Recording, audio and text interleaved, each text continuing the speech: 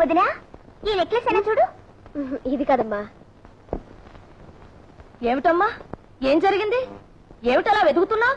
ఏదైనా కనిపించడం లేదేమిటి? ఏం లేదత్తయ్య, నా నెక్లెస్ డ్రెస్సింగ్ టేబుల్ మీద పెట్టాను, కనిపించడం లేదు. అమ్మో అమ్మో, అంత ఖరీదైన నెక్లెసే ఇంకా ఏం లేదంటావేమిటమ్మా? వదినా, నీకది చిన్న వస్తువేమో గాని దొంగతనం చేసిన వాళ్ళకది మహాప్రసాదం అమ్మా. చచ్చా, మన ఇంట్లో దొంగతనం ఎవరు చేస్తారమ్మా? అలా అనకమ్మా, పెద్దోళ్ళలోనూ చిన్న బుద్ధులున్న వాళ్ళు ఉంటారు. పోయింది చిన్నది చితకది కాదాయే. అనుమానం రాకుండా ఉండాలే గాని వచ్చాక తీర్చుకోవడమే మంచిది. చూడమ్మా, నా పెట్టి కూడా తీసుకొస్తాను, నువ్వే స్వయంగా చూసుకో తల్లి. అదేమిటత్తయ్య, మీ మీద నాకు అనుమానం. అది కాదమ్మా, ఉండు. అమ్మ చెప్పింది నిజమే వదినా. కళ్ల ముందు అంత పెద్ద నక్క అనిపిస్తుంటే ఎవరికైనా కక్కుర్తి పడాలనిపిస్తుంది. అంటే ఆ పని నేను చేశానేనా మీ ఉద్దేశం? బాగుంది వరస. నువ్వెందుకు భుజాలు తడుకుంటావు? వేలెత్తి నేను చూపించానా, నోరెత్తి నీ పేరన్నానా? మీ మాటల్లో అర్థం తెలుసుకోలేని మూర్ఖురాలి కాను.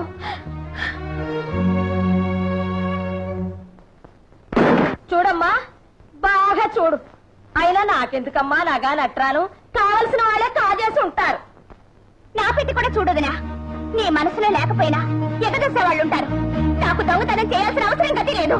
చూడు, బాగా చూడు.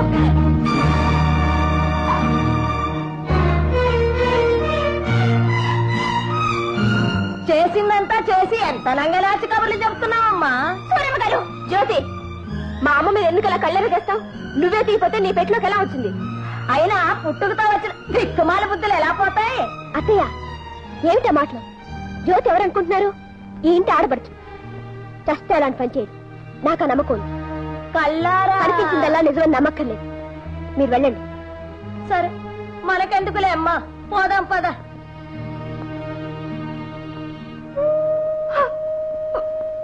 జ్యోతి, ఈ మాత్రానికి నువ్వు దొంగతనం చేయాలా? వదినా, కావాలంటే నేనెవను? చచ్చా, ఎంత పని చేశావు? అంటే నువ్వు నేను దొంగతనం చేశానని నమ్ముతున్నావా? కళ్ళ ముందు కనిపిస్తుంటే నమ్మద్దంటావా? లేకపోతే నెక్లెస్ నీ పెట్లోకి ఎలా వచ్చింది? పెట్టెలోకే కాదుదిరా, కొప్పిళ్లలో మనుషులు తలుచుకుంటే ఎక్కడికి పడితే అక్కడికే నడిచొస్తాయి. మీరు శ్రీమంతులు, పేదవాళ్ళం కావడమే మేం చేసిన పాపం. అంతే వదిరా, అంతే.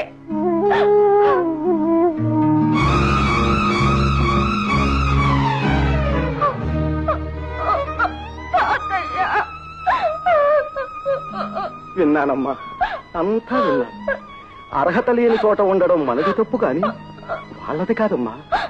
పదమ్మా, మన ఇంటికి పోదాం, పద.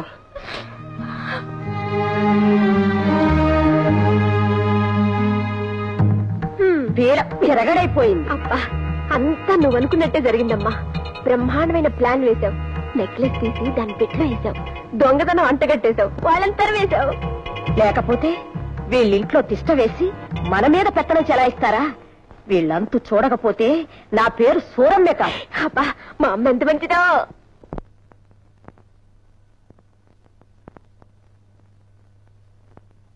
ఇదేవారు తాతయ్య మాట అయినా చెప్పకుండా వచ్చేసారు? అంటే ఎల్లకాలం తింటూ అక్కడే కూర్చోమంటావా ఏమిట్రా? మనకి ఓ ఇల్లు అంటూ ఉందిగా. అయినా దూరంగా ఉంటేనే బంధుత్వాలు దగ్గర అవుతాయి. ఉండేది ఊళ్ళోనేగా. నిన్ను చూడాలంటే 10 నిమిషాలు పని. సరేననుకో. తాతయ్య, ఏమ్మా, అక్కడ ఏమైనా జరిగిందా? ఎవరైనా ఏదైనా అన్నారా? ఎవరూ ఏమీ అనలేదన్నయ్య.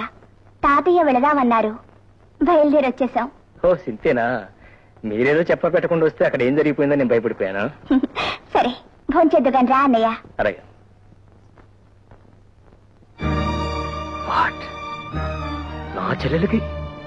నా చెల్లెలికి దొంగతనం వంట కట్టారా? అవును బాబు, ఆ రాకాసి సూరమ్మ నోటుకొచ్చినట్టల్లా వాగిందండి. పాపం సెల్లమ్మ గారు పళ్ళెత్తి మాట కూడా అనలేదు బాబు. సంధ్య, నువ్వు మనిషివే పశువే? నీ బోడి నెక్లెస్ కోసం కక్కుర్తిపోయే దౌర్భాగ్య స్థితికి నా చెల్లెలు ఏనాడు దిగుతారు? ఓహో, అయితే అక్కడికి వెళ్లే వచ్చారన్నమాట. చెప్పాల్సినవన్నీ మీ చెల్లెమ్మ గారు చెప్పే ఉంటుందే. నీకున్న కుసంస్కారం నా చెల్లెకి లేదు. నువ్వు చేసిన వ్యధోపన అవతారం చెప్పే. నీ నీచ బుద్ధి ఇప్పుడే అర్థమైంది నాకు. ఏంటండి మీకు అర్థమైంది? మీ చెల్లె దొంగతనం చేసిన విషయం నిజం కాదంటారా?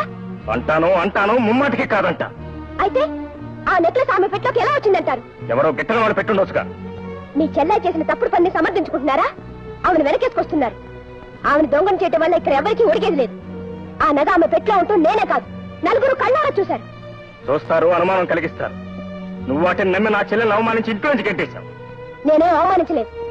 మర్యాదగా పక్కకు పిలిచి అడిగాను. ఇంత చిన్న నెక్లెస్ కోసం నువ్వెందుకు ఇది పిచ్చి పని చేశావన్నాను. తానే మొహం చెల్లక సిగ్గుపడి ఇంట్లోంచి వెళ్ళిపోయింది. అభిమానం ఉన్న మనిషి అంతకన్నా ఏం చేస్తుంది?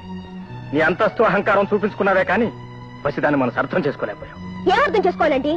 ఎదుట రుజువులు కల్పిస్తున్నా మీ చెల్లె నీతి పర్రాలని అర్థం చేసుకోవాలా? కొండంత సాక్ష్యాలు కల్పిస్తున్నా ఆమె నిజాయితీని మెచ్చుకోవాలా? సిగ్గుపడి ఇంట్లోంచి వెళ్ళిపోతుంటే కాళ్ళ మీద పడి ఇంట్లోనే ఉండమని ప్రాధాయపడాలా? సంధ్య, ఈ అభాండాలేసే బుద్ధి నీకు మొదటి నుంచి ఉంది. కానీ ఇంత జరిగినా నేను గురించి ఒక్క మాట కూడా లేదు నా చెల్లెలు. అనడానికి ఆవిడకి ఎన్ని గుండెలు అయినా ఏముంటుందండి? చూడండి, కేవలం మీ చెల్లెలైన అదృష్టానికి ఆవిడ క్షమించి వదిలిపెట్టాను.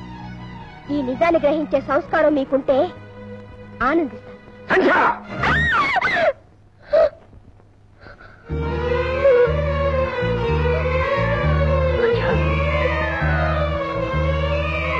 సంధ్య, సంధ్య, సంధ్య, ఏమైంది సంధ్య? కంగ్రాచులేషన్స్, మీరు తండ్రి కాబోతున్నారు. Thank you very much for the good news. వస్తానండి.